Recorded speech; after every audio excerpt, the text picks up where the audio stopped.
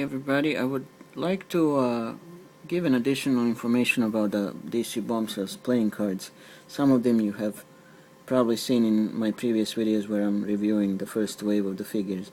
Would just like to emphasize again that these playing cards did not come with any of the figures. You would have to buy the deck of them separately, and in whichever stores they would be available in.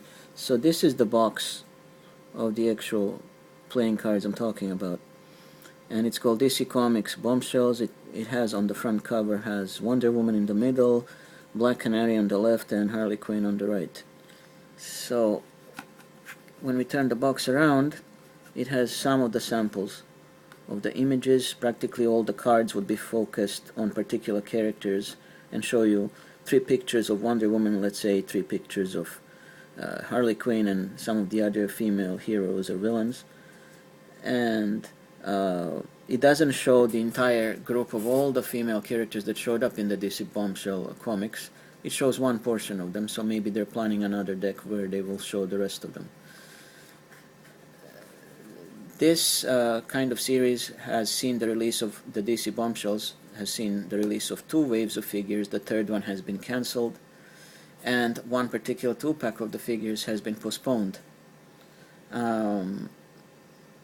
Instead of being released this year, it will be released probably next year, and the 2-pack I'm talking about is Harley Quinn and Joker, resembling a particular photo in history at the end of World War II. But anyway, going back to the cards here, I'm just going to show you a few other ones, a few other of these cards for you to see some of the characters that never made it into a figure form, and some of the ones you have already seen. So let's get started with Santana, the Lady Magician. That's her. Reimagining a completely different costume, but she still knows magic and things of that sort. She seems to have a kind of a costume of a presenter or a woman magician from roughly, I would say, 1930s, 1940s, thereabouts. And here is the poster supposedly for her show that would say contents: Santana's magic wand, rope trick, psychic playing cards, dynamic dice, thumb tip trick, multiplying balls. So it's a sort of a sorry, actually it's not I made a mistake. It's not a poster for her show or a magic show. It's actually a conjuring set, something that will be sold to the kids, I guess, to learn magic tricks. So this would be sort of the symbol, or actually an image that would be on such a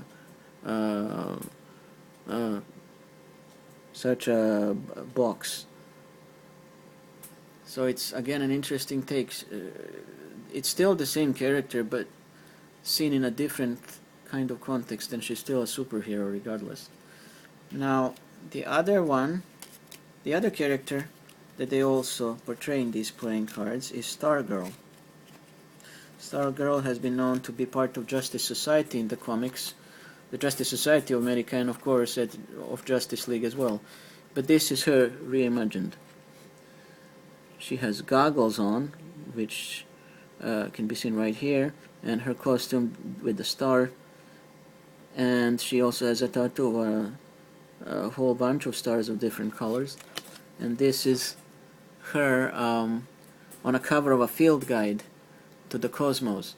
So she would be on the front cover of such a field guide. She, as you can see, she still has her staff with her, so it's not that much different from her original costume. Some differences, but not major ones. Then we have Black Canary, who also didn't make it as a figure, but she has quite an interesting take. That would be her right here. Black Canary as a singer. I would assume that this would be, based on the type of clothes she's wearing, that this would be roughly 1950s. Pretty much after World War II and roughly around the time of Korean War, thereabouts.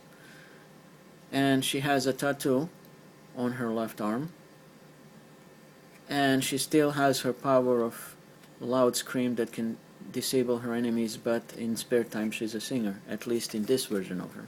And here is the close-up of her. She looks pretty nice. One thing is that this image here, she is portrayed in front of her costume for her concert, and it says down here, sold out, that her tickets have been sold out for the concerts in all the big cities of the US. So that's a nice touch, to reimagine her that way. So let's see who else we got here.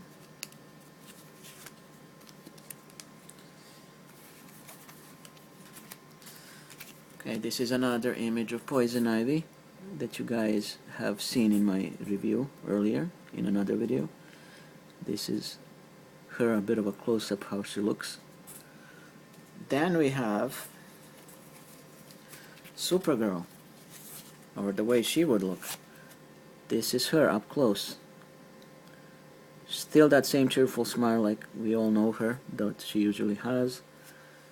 And this is her outfit. She is posing in front of a she's posing for a cover of a magazine or a newspaper magazine that talks about her, meaning the reporters are asking her questions, who she is, where she comes from, and so forth, and what's her usual day like. So it would say here in the letters, that are just too tiny to see, it would say Supergirl saving the day in Metropolis, being related to the world's most Superman, and obviously that's referring to her cousin Kal-El, Superman. And at the bottom it's stated that she's missing home, and she's posing on that cover of Metropolitan newspapers or Metropolitan magazine, I'm not sure which. She's posing in front of Metropolis. You can practically see the Daily Planet in the background right here with its big globe on top. And another interesting character that was redone for the purpose of Bombshells is Catwoman. There she is. She's not wearing really any particular costume, but she does have her fateful cat on her shoulder. She's wearing sunglasses, and she has a diamond necklace. She looks very classy, though, like a lady from a high society. And here she is on her cover on her own magazine called the Catwoman magazine, and it says also at the bottom here, new storyline starts today, Crack of the Whip by J. Ryder. You can see she still carries her whip. She's posing on a tall chair, and she's holding a diamond. And the way she is portrayed here, I would say that this is a period of 1960s or early 1960s that may or may not have some connection to an actress from that period that this image of Catwoman reminds me of, an American actress called Audrey Hepburn, who at that time, around that time period, made a movie called The Breakfast at Tiffany's. If you guys are not really sure whom I'm talking about or the movie, you can search it on Wikipedia.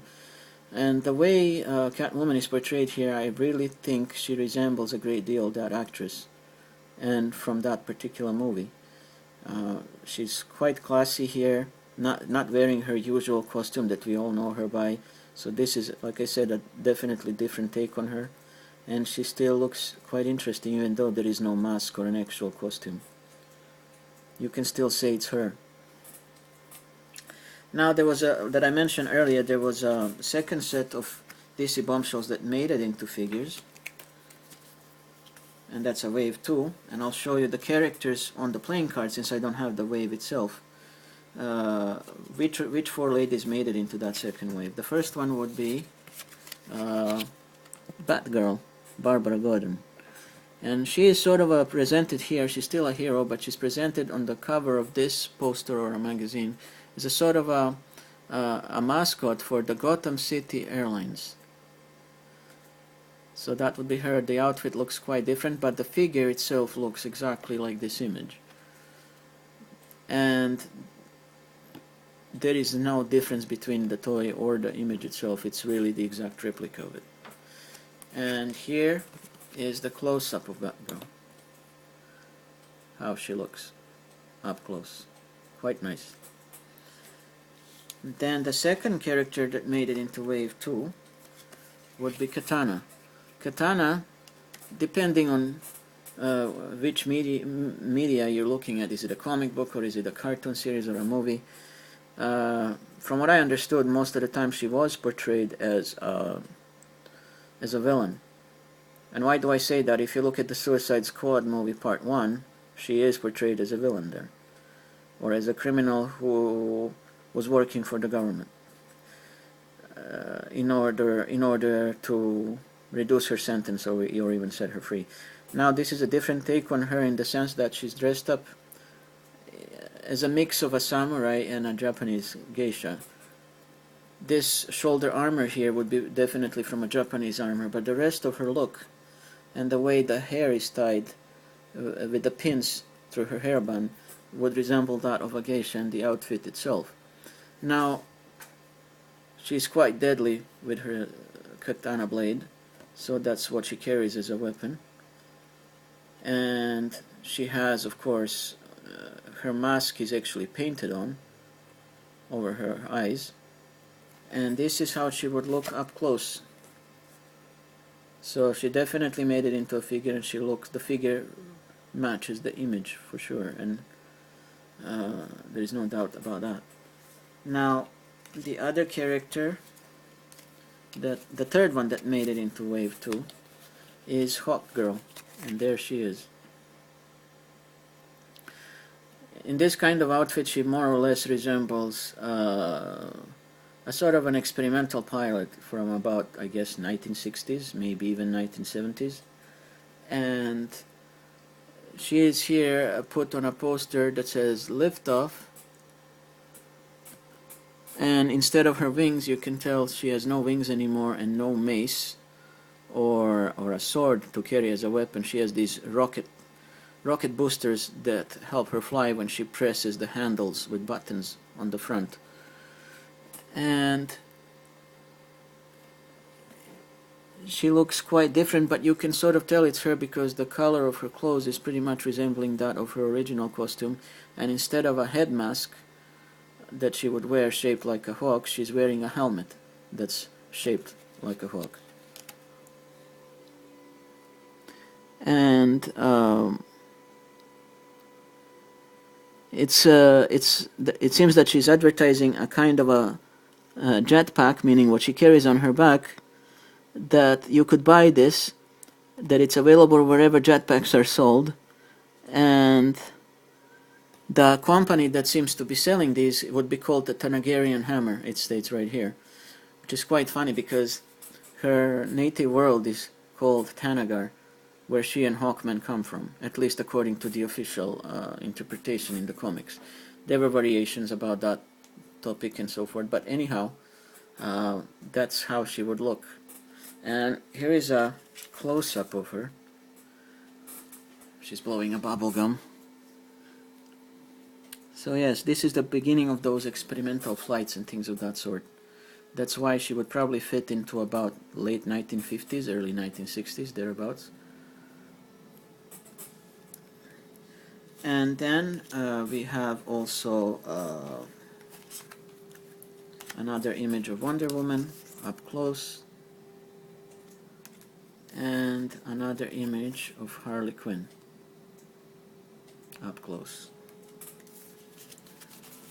And the last one that I will show you is the image of Mera, the Queen of Atlantis and the wife of Aquaman. Here she's used as a symbol for an ocean highway, subcoastal Atlantis for the actual map and a highway sign in regards to Atlantis. She is carrying her pitchfork weapon. Sorry, not the pitchfork, what am I talking about? A trident weapon.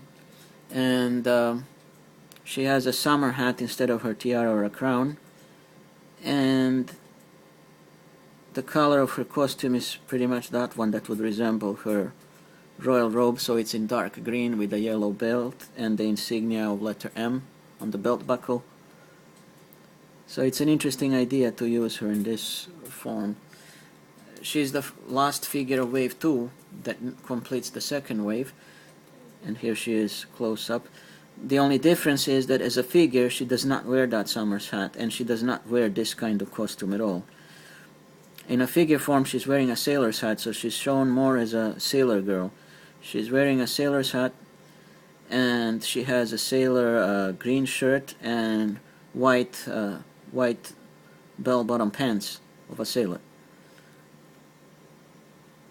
So that's her. And with that I would conclude this small discussion about the DC Bombshells playing cards.